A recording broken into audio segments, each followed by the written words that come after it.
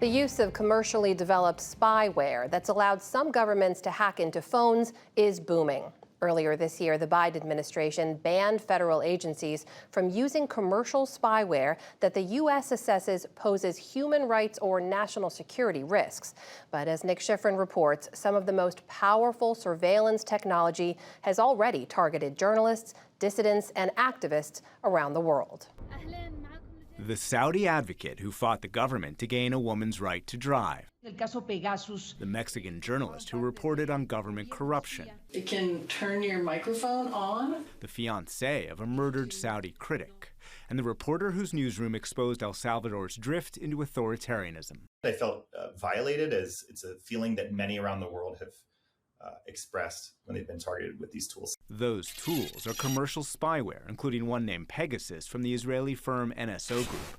They can secretly steal all of a phone's data, location, messages, conversations, social media. They've been installed on the phones of government officials, dissidents, and journalists around the world, including Roman Gressier. It gives you unfettered access to a device.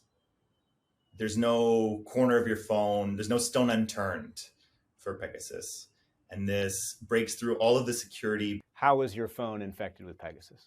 I'm pretty convinced that I didn't click on a link. Somebody had access to even information on doctor's appointments. That was very challenging for me personally.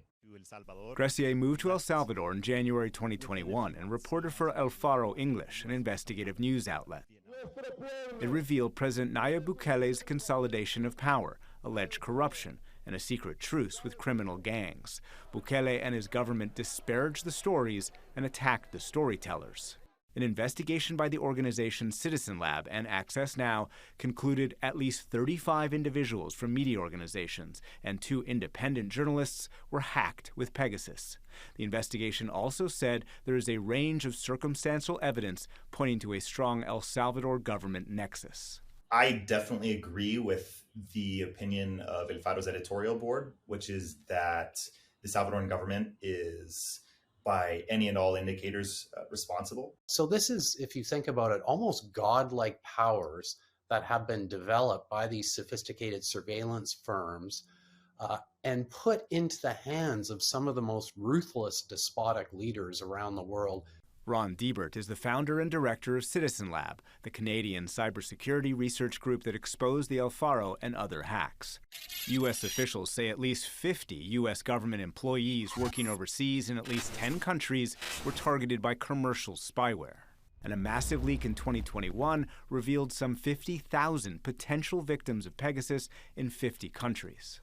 The use of spyware has really exploded over the last decade. One minute you have the most up-to-date iPhone, it's clean, sitting on your bedside table, and then the next minute it's vacuuming up information and sending it over to some security agency on the other side of the planet. Early this week, I signed an executive order here. But it's not only foreign governments. The Biden administration has launched guardrails around the use of commercial spyware by the United States. U.S. taxpayer dollars should not support companies that are willing to sell their products to abate human rights and violations. The March executive order bans U.S. federal agencies from using commercial spyware that's been employed against activists, used to track Americans, or sold to governments that systematically repress. From the perspective of companies in this industry, the United States market is the pot of gold at the end of their rainbow. This executive order really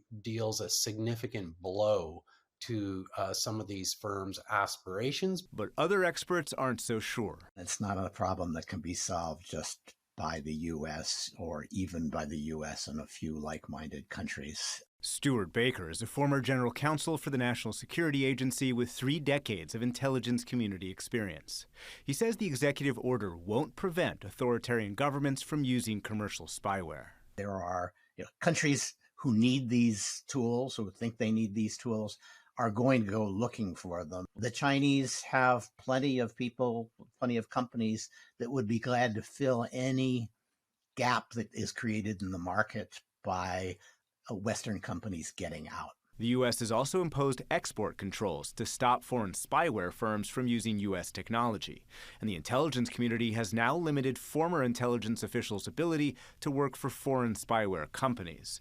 In 2021, former intelligence and military officials paid the U.S. government a fine for helping the Emirati firm Dark Matter create spyware. You want to make sure that your investment in personnel and resources doesn't end up being used in ways that will contribute to human rights violations abroad, or more importantly, turn around and bite you in the back. But what the executive order doesn't do, ban spyware entirely, or commit the U.S. to helping companies find phone vulnerabilities that spyware exploits.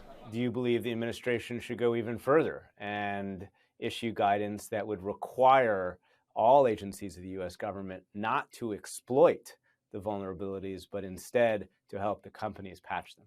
I absolutely think there should be an obligation written into law that this is a requirement, and then you can build in exceptions.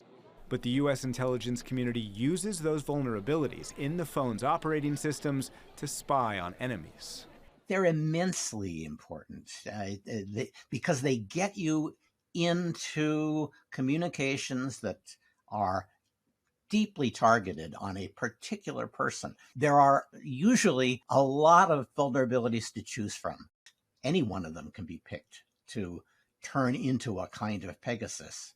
If you're told, no, we can't use that Pegasus because we've now insisted on having that particular vulnerability patched, all that will happen with other countries is they'll say, fine, that was patched, but there were dozens of vulnerabilities. We'll pick a different one, and then we'll spend money to develop it into a full-fledged piece of spyware. As for Gressier, he wants accountability against the commercial spyware Pegasus and the government that weaponized it against its critics. He's joined the first case brought by journalists against NSO Group in a U.S. court.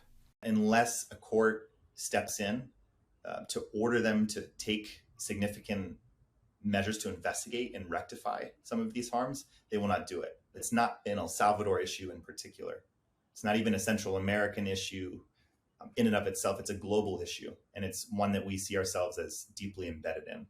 One that experts call a pandemic of spyware abuse that's already spread across borders. For the PBS NewsHour, I'm Nick Schifrin.